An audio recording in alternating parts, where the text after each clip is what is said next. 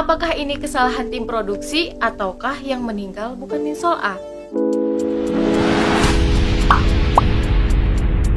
Assalamualaikum Cinggu. Hai guys, balik lagi di Easy Room TV. Gimana kabar kalian? Sehat-sehat selalu kan? Kali ini aku bakalan ngebahas hal-hal yang janggal dari rencana balas dendamnya Logan dan Sim Suryo. Ini bisa menjadi alasan Jo dan Tae bisa keluar dari penjara di season 3 nanti. Mau tahu apa aja hal-hal yang janggal tersebut? Kita langsung aja yuk ke pembahasannya. Jangan di skip video ini karena sepanjang apapun video aku pasti berisi informasi yang penting buat kalian. Jangan lupa subscribe, nyalakan lonceng notifikasinya. Check it out!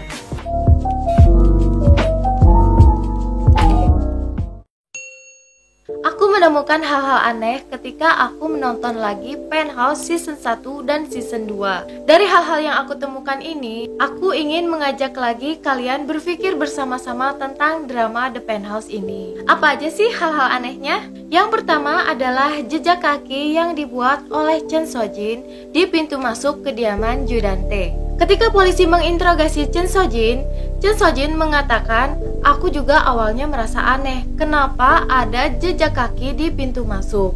Dan kemudian polisi bilang lagi bahwa tidak ada gerak-gerik Jo dan Tae dari jam 8 malam yang terlihat di CCTV. Kemudian Chen Sojin dengan polosnya menunjukkan jalan keluar masuk rahasia dari ruang kerjanya Jo dan Tae kepada polisi. Nah, itu aneh banget kan? Sedangkan Chen Sojin itu membuat jejak kaki di pintu masuk, tetapi dia menunjukkan jalan keluar masuk rahasia.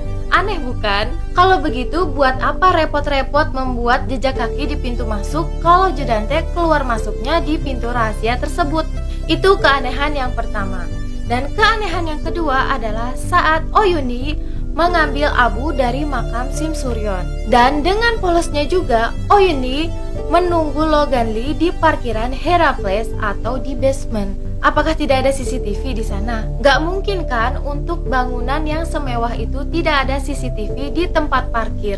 Apakah polisi tidak mengecek CCTV tersebut? Dan di situ juga tidak ada scene di mana ada yang menghapus CCTV tersebut. Gimana menurut kalian? Apa aku yang lupa ya?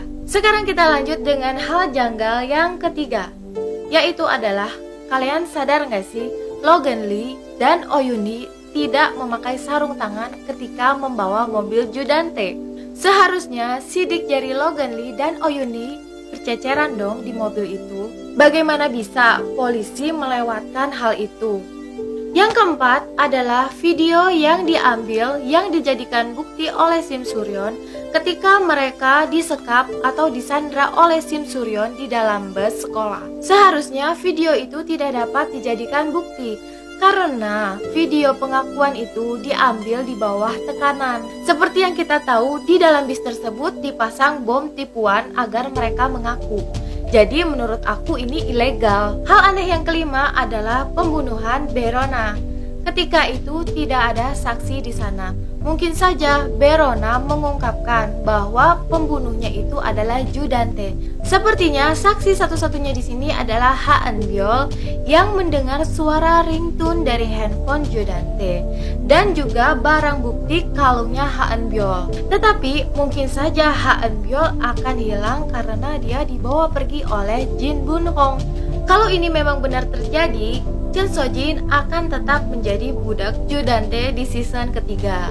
Kemudian bisa saja kesaksian Berona bisa dianggap tidak valid karena dia saat itu memiliki cedera otak. Biasanya di pengadilan, jika saksi memiliki kondisi kesehatan yang seperti itu, kesaksian bisa dianggap tidak sah.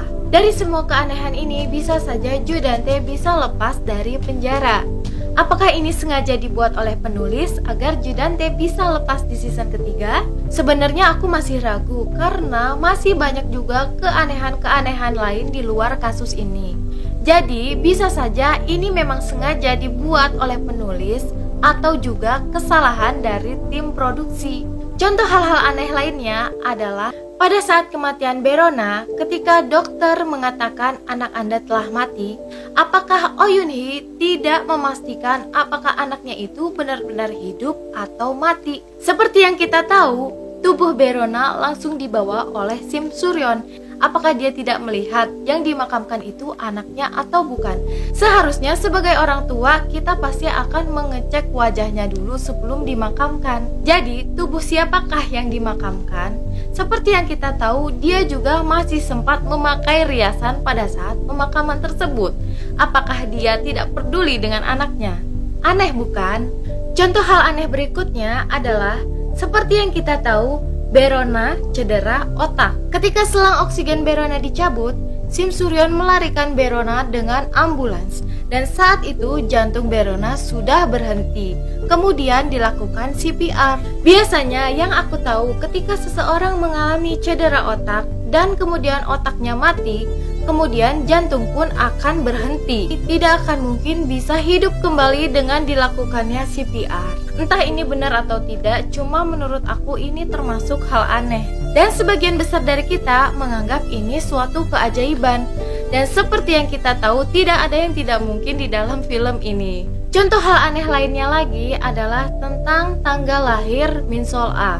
Pada saat Min Sol A menyerahkan resume kepada Chen Sojin, tanggal lahirnya adalah November 2004. Tetapi setelah meninggal, di makam Min Sol A, di batu nisannya tertulis November 2005. Apakah ini kesalahan tim produksi ataukah yang meninggal bukan Min Sol A? Gimana menurut kalian? Komen di bawah ya. Jadi, sepertinya menurut aku ini adalah murni imajinasi sang penulis yang tidak terbatas. Jadi, kita tidak bisa menduga-duga dengan logika. Oke, itu dia tadi hal-hal yang janggal atau keanehan-keanehan yang ada di dalam drama The Penthouse.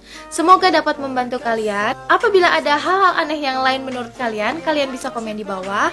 Segitu aja dulu dari aku. Jangan lupa subscribe, nyalakan lonceng notifikasinya. Sampai ketemu di video aku selanjutnya. Krom, kamsahamnida.